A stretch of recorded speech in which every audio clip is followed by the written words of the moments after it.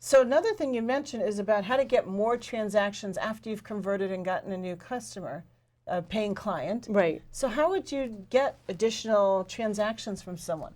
Well, I would look at the services that, or the products that the client has and figure out, are there ways that we can upsell or downsell something else that the person hasn't bought yet? So, you know, the McDonald's is famous for, do you want fries with that, right? So they're adding something on to your purchase, and so they've increased the transaction and kind of bundled things together. And so that's what we would kind of look at, like how do we, are there bundles, are there packages that we could do? You know, so if somebody's coming in and they're buying a product, are there things that we could offer to them down the road that are similar? So a florist, for example, you know, you buy roses for your significant other on whatever occasion, say it's for Valentine's Day, you know, I could offer you a package where you're gonna pre-order gifts for your significant other for the full year. That's a great idea. And then I'm gonna set it up so that you're gonna pay me, you know, based on what the gifts are that you've selected, I'm gonna bill you monthly so that it's spread out through the whole year, and I'm gonna deliver your gift on the birthday or Mother's Day or whatever the significant holidays are. You know, so if I increase that purchase of roses from roses to 5 gifts during the year, like I've just made significantly more money on that one customer. And you're creating a residual sale, and a lot of people don't mind doing a credit card when they know that they're going to be doing X, Y, and Z. Right. And by the way, it also establishes additional rapport. By the way, a lot of, as you just said, it's McDonald's. People got so used to the whole with fries at that, but they don't stop and think that that's actually an upsale. And they're used to it. They're used to receiving that information. But I think a small business owner is almost afraid or apprehensive on doing that to their clients. Right. So do you see that fear from your do. clients? And I think of McDonald's, and most people are going in and they're buying the fries automatically now, right? Right, So, it's they've trained their psychology. Right, so now it's like, do you want the apple pie or that apple turnover thing that they have? So they still do an upsell of something else. Because they've already increased their sales previously. Right. But have you seen that your clients are now apprehensive on doing that in their lives? And what are people afraid of? Well, I think people are afraid of losing a customer. But the thing that we have to keep in mind is that what we're offering to a customer actually has value to that customer. And so it's almost a service, or it is a service, to offer them that additional value. And be open to the no, you know, but you're offering that. And for a lot of customers, they're going to appreciate that offer, you know, especially if it's something that they would go someplace else to have to buy. Right, so that makes sense, that they don't have to do it anyhow. Now it's convenience, like I'm getting it from you. And I don't have to go all these other places. And they're already happy with you. They've already interacted with you, they've done business with you, they're comfortable with you. Right. And so it makes sense to them, so don't be afraid to eliminate the fear and you'll just see more success. Right. And I think that's where they say that sometimes fear stands in people's way of growth. You've seen that, right? Yes. Fear is a big problem for a lot of people. We definitely help with that fear. And how do you overcome the fear, overcome the objections? You know, there's the fear of making calls if you're in sales, like picking up the phone and making that call. And, you know, that can be challenging for people. How do you do the things that are really going to make you money every day? Well, I think keeping your mental state higher. I mean, if you've watched, there's some great videos on YouTube of very successful individuals. And if you just look up on YouTube inspirational videos on sales, and that confidence boost will help you go a long way with the money. Right. I think inspirational videos, any inspirational thing that you can do to increase your energy and your feeling. And then if you get that no, like go right back to that inspirational stuff to, you know, and get back on the phone again.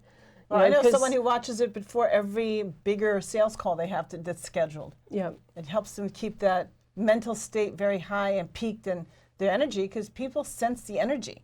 They don't want to buy from someone who's Oh, they want to buy something. So, oh. Right, right. So the next point is you mentioned getting higher prices. I think people are afraid to raise prices. I was going to say, here's fear again, right? Right, it comes right back down to it. Right. It's the fear that, oh my God, they will stop buying from me if I'm priced too high. Right.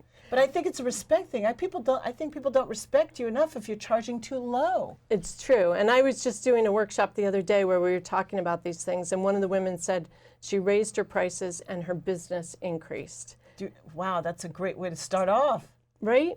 So I think people are afraid that they're going to lose people. And when we actually flesh out the numbers of the number of customers that you would actually lose versus the amount of increased profit that you would have, you can afford to lose customers and with that increased profit and still break even to where you were and then be better off. And have profitable gain. Right, right. So like when you do the numbers, it's actually beneficial to raise your prices. And I agree also that it's a perception of value. That's right. People expect to pay more to get better value. Right. And I think they get suspicious. If they're paying too little, it might not be good. It might not be valuable and worth it. Right. I think that it might even be better to offer a payment plan and have higher prices to make it affordable for someone because, again, you're raising the perceived value. Definitely, definitely.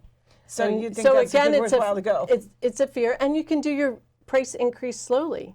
Gradual increases help. Yeah, like test it out. Do 5% and then 10%, but if you do that slow increment and you look at, the overall benefit to your business, it's significant because that price increase is profit, right? Because your expense hasn't increased. And didn't you mention before that you've encountered business owners who have been in business many years, 5, 10 years or longer, who haven't increased their prices at all? Definitely. And you can't afford to do that. And you had to have had cost rise. Right. I mean, over the many years, your cost must have increased. So you then have shrunken your profit margin. If you haven't raised your prices to keep pace with your increased costs, you're doing a disservice to yourself and your family. Definitely. And so it's one of those fears that you have to battle through it and test it out. Which goes to the last point you mentioned, which is more profits. Right. And so more profits is looking at the expenses.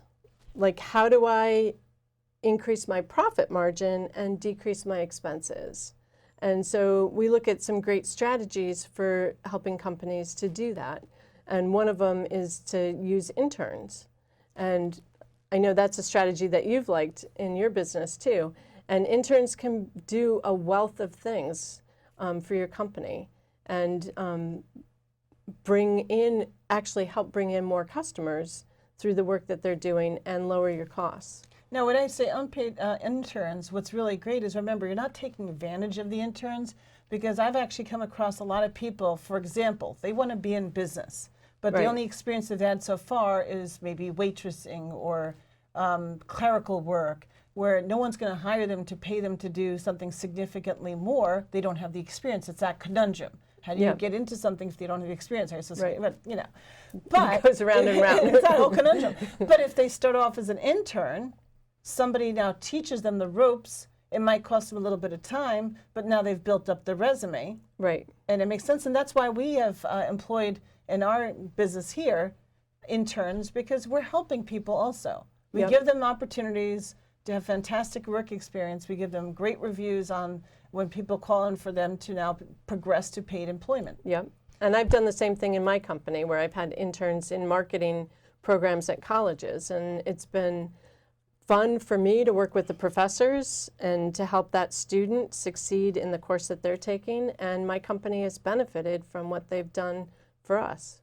What is, besides that fantastic internship program that we both utilize, any other suggestions on how someone can lower their profits? And by the way, I even heard large companies now, I mean, some of the large banks on Wall Street have encouraged some of their upper staff to work remotely so they could cut back on how much office buildings space they take up and their cost and all along that. Right. Have you seen that employed?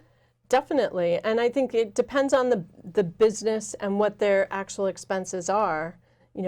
what strategies can be used to lower those expenses, and so it depends on their overall operation and how you can cut back on those expenses. I think it's now working remotely is the same thing as working from home. It just sounds more upscale. It does. Now that large companies are now employing the same thing that people used to think is a negative, Right. it's, I think, become a lot more mainstream and acceptable. So why shouldn't more small business owners employ the same thing that these huge Fortune 500 companies now see the light that they're saving Right. money on? Right.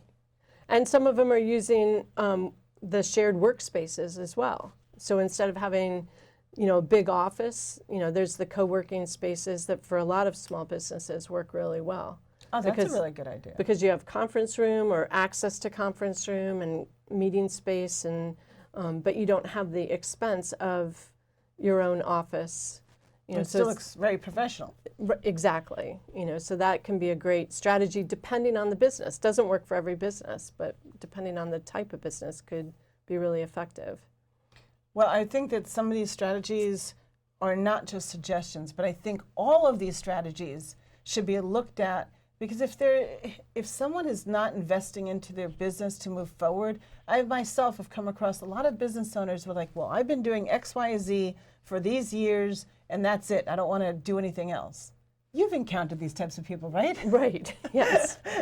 And as a business coach, you've seen, well, wow, if they just did 1 or 2 or 3 tweaks, you've actually have shown me how people then can increase their businesses by 30 to 50% by just making tweak changes, correct? Definitely.